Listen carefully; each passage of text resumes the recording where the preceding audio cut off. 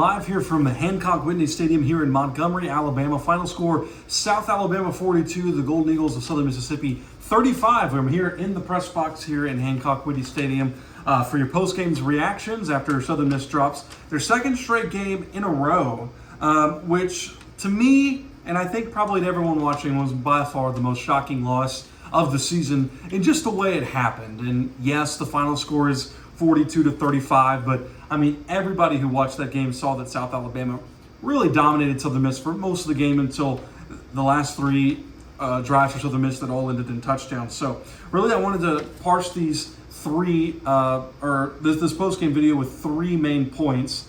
The first point is, and I think a lot of people are thinking this is right now, is will Southern Miss ever beat South Alabama? Because a couple of weeks ago when South Alabama lost to Arkansas State here and everybody watched that on Tuesday night, primetime television on whatever channel it was. I mean, and you thought of what Southern Miss was back then and still are in a lot of ways. You know, I think I even tweeted out, well, if this team loses to South Alabama, you know, will Southern Miss ever beat South Alabama? Of course, 0-6 in the young rivalry.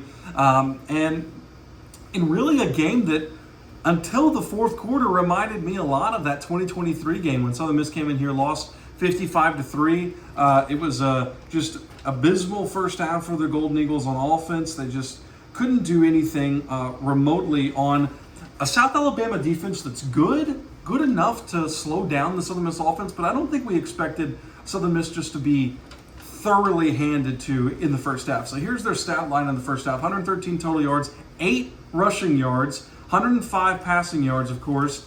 And 52 of those 113 yards was that flea flicker that Braxton hit Carl Chester over the top.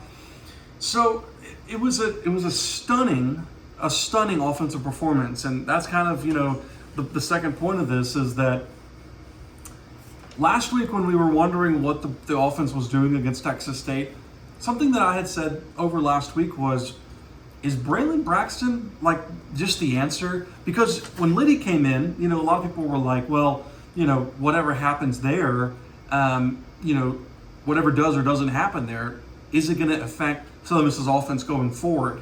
And I think tonight answered the question. It's like, maybe not. Braylon Braxton, of course, went for Southern Miss tonight, and the offense didn't look like it had got any better, at least in the first half, than it did last week against Texas State. Again, only 7 points, which was that flea flicker, only 5 first downs.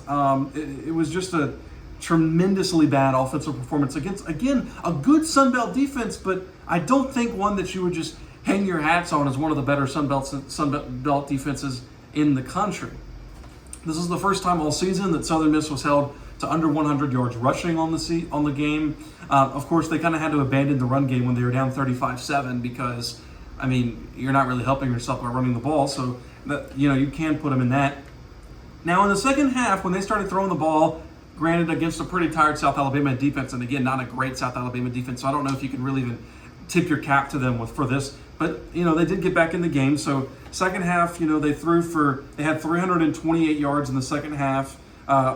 295 of those was passing yards, and that was all from Braylon Braxton, of course, who, you know, I was surprised he went tonight. I thought that it would be smart to hold him just to make sure he's healthy. Coach Huff called it really gritty of Braylon Braxton to keep going in there. He took a hit towards the end of the game in the south end zone that I thought was a very nerve-wracking hit for all Southern Miss fans. He got up hobbling, he couldn't run. Landry Liddy came in to the game, and Braxton kind of like called him off. So it was a stunning development. But here's the stats. So in the first half, Braxton was 8 for 12, 113 yards and a touchdown in the first half. In the second half, he was, I can't do math, 17 for 30, 290 yards in the second half. So for a final tally of 400 yards, 3 touchdowns, and then that 1 interception. That was, the pick 6 there at the start of the first half, which I thought was really just the catalyst in Southern Miss's offense. That was just going back to, I don't know if this team is ever going to beat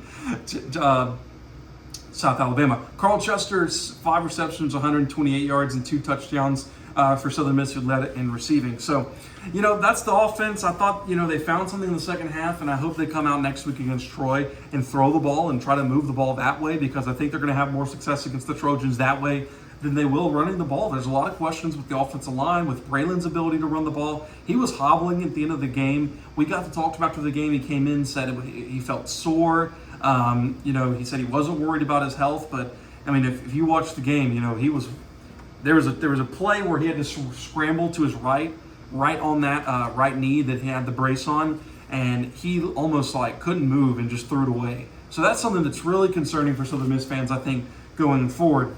But obviously the biggest story tonight is the defense, and the defense was just stunningly bad in almost all areas of the game. The defense has major questions, I think, going into the biggest game of the year, which is next week, Troy coming to the Rock, which Southern Miss, as of now, we have 1 week left. The West goes through that game. Both teams will be 5-2 in the Sun Belt, with Troy, I believe, finishing off Georgia State. This is the 5th game this season that Southern Miss has allowed over 200 yards rushing. It's the 2nd straight game they've allowed over 250 yards rushing. Charles Huff pointed that to teams don't want to throw the ball in, so they start running it, which I guess is fine in a lot of areas, but you shouldn't. I think even in that scenario, you shouldn't be allowing over 250 yards rushing per game. That's a severe concern for the Golden Eagles. Michael Montgomery did not play tonight. We weren't able to ask Huff why. He did mention he didn't play tonight.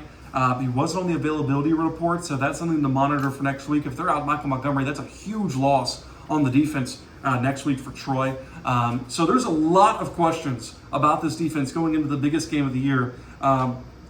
Again, this is the 5th game that they've allowed over 200 yards rushing. In the state and Jackson State game, Mississippi State 184 yards rushing and Jackson State 193 yards rushing. So it's been a trend, for most of the season about Southern Miss, giving up a lot of yards. They just haven't been able to get the turnovers the last 2 weeks. And Huff said that in the postgame, and he said, listen, we got the turnovers in the first 7 weeks, and now we're not. So, he says, I don't know. He said, if we had gotten the turnovers, nobody would be talking about turnovers. Y'all weren't talking about turnovers 2 weeks ago when we got 6.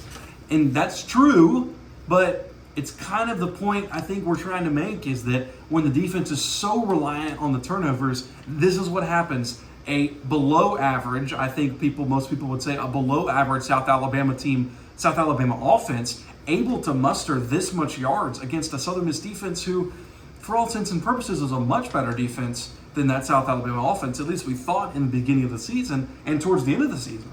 So that to me is the concern right now. So, I think you can tip your hats and say, a great game plan by South Alabama, of course, but this Southern Miss team should have won this game, and it's going to be a disappointment for the Golden Eagles going forward. Now, if they, win the West next week, it doesn't really matter, because Charles said they could win this game by 900 or lose by 1,000, and nothing would have mattered to next week, and that's true. And that's what I said all week, and that's why I didn't want Braylon to play, because I thought it would be beneficial for him to get another week of rest just so he's 100%. But Braylon did play, and he had a great game, 400 yards passing. So we'll see what happens. But I guess your first thought is just, will Southern Miss ever win this game? I think obviously they will, but it's just kind of I don't know. It's just if they can't win it this year, are they ever going to win this game? Braylon Braxton, had a great game.